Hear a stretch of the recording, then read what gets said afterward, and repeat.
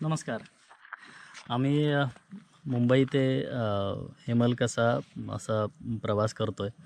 त्या दरम्यान आत्ता आम्ही गडचिरोलीच्या घनदाट जंगलात आहोत आणि या 2 दिवसात इथल्या आदिवासी बांधवांचं आयुष्य अनुभवायला मिळालं आणि त्यातनं प्रामुख्याने एक गोष्ट जाणवली, ती अशी की ह्या बांधवांकडे काहीही नसताना, अंगावर व्यवस्थित कपडेही नसताना ते त्यांच्या चेहऱ्यावरती एवढी छान स्माईल आणि एवढं आनंदी राहत आहेत.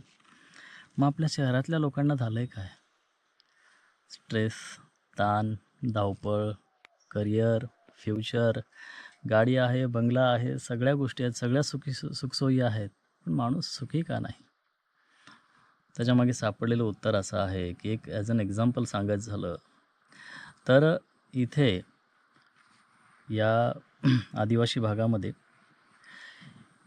एक आदिवासी माणूस सुखी आहे. त्याच्या शेतामध्ये तो काम करायला जातो, फळं तोडून खातो किंवा त्याला जे आयुष्य जगायचं आहे ते जगतो आणि तो त्याच्या आयुष्यात खूप सुखी आहे.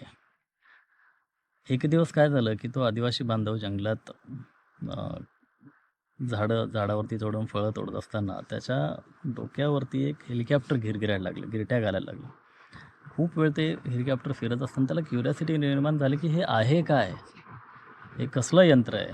आणि त्यामध्ये तो थोडासा त्याला त्याच्या मनामध्ये क्युरिओसिटी निर्माण झाली, की बाबा आहे तरी बघावं. म्हणून तो त्या हेलिकॉप्टर ज्या दिशेने धावत जात होता, त्या दिशेने तो धावत गेला. आणि खूप दूरवरती धावत गेल्यावरती ते हेलिकॉप्टर नाहीचं झालं, पण त्याच्यामागची त्याची क्युरिओसिटी संपली नाही, की कुठेतरी थांबेल, कुठेतरी उतरेल आणि मला बघायला मिळेल. असं करत-करत तो पळत त्या दिशेने गेला आणि अचानक एका मोठ्या एक्सप्रेस हायवेवरती जाऊन तो थांबला. आणि त्या हायवेवरती जाऊन थांबल्यावरती त्याला मोठ्या-मोठ्या गाड्या दिसायला लागल्या. त्या गाड्या चालवताना लोकं दिसायला लागली. त्याच्या मनात आलं, की अरे, आपल्याकडे तर बैलगाडी आहे आणि जे ह्या तर वेगळ्याच गाड्या आहेत, कधीच बघितल्या नाहीत. आणि ती क्युरिओसिटी पूर्ण करण्यासाठी म्हणून तो त्या रोडवरच थांबून राहिला. आणि त्याने त्या एका धावत्या ट्रकच्या पाठीमागे गेला आणि ती रस्सी पकडली आणि रस्सी पकडून त्या ट्रकच्या पाठीमागे लटकत-लटकत तो शहराच्या दिशेने गेला.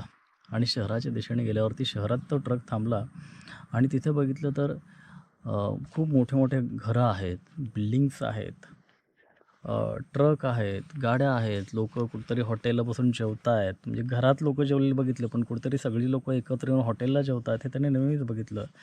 एका चौकामध्ये मोठा टीव्ही लावलेला, फ्लेक्स होता. त्याच्यावरती त्या टीव्हीवरती दिसत होतं, की अनेक लोकं एकत्र येऊन काहीतरी गाणी म्हणतात, हे करतात. त्याला ते थोडंसं वेगळं वाटलं आणि त्याला ते अट्रॅक्टिव्ह वाटलं. आणि ह्या सगळ्या गोष्टी बघितल्या आणि तो बोलला, "आता संध्याकाळ झाली, मला परतीला जावं लागेल, मी जिकडनं आलो." तिकडंच त्याच रस्त्याला तो रोडला गेला. तिकडनं परत एक ट्रक पकडली. लटकत-लटकत तो त्याच्या भागात पोहोचला आणि तिथे गेल्यावरती घरी गेला आणि तो म्हणाला, "अरे बापरे! जगात एवढ्या सुखसोयी आहेत आणि माझ्याकडे काहीच नाही. मी किती दुःखी आहे."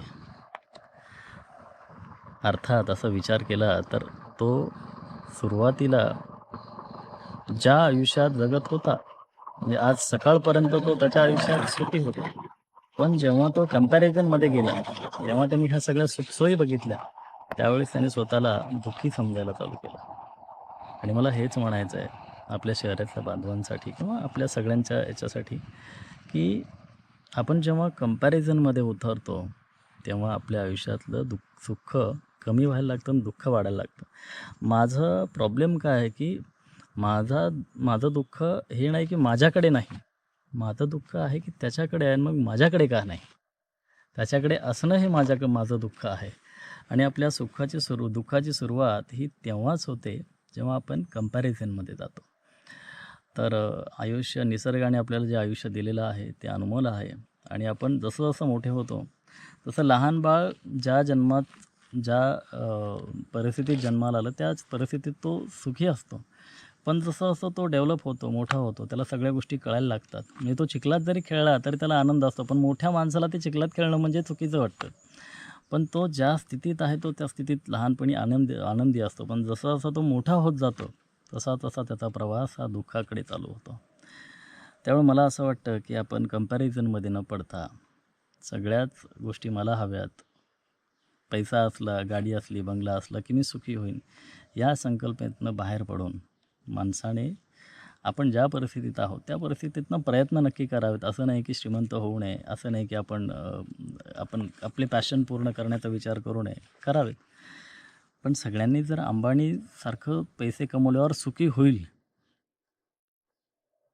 असं जर विचार करत राहिलो, तर आपण आयुष्यात कधीही सुखी होणार नाही. धन्यवाद.